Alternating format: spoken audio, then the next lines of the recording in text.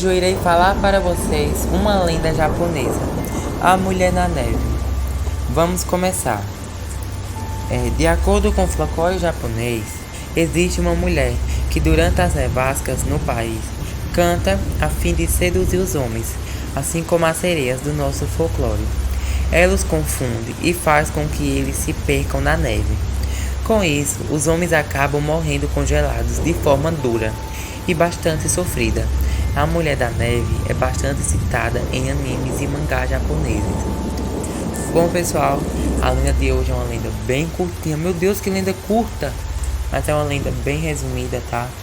Desculpa a todos pela zoada que está ocorrendo ultimamente nos meus vídeos. Eu já expliquei para vocês várias vezes o motivo. Porque a minha casa é uma casa muito barulhenta. Misericórdia. Só Deus na causa, né? E eu espero que vocês tenham gostado. Um beijão a todos e até a próxima. Tchau!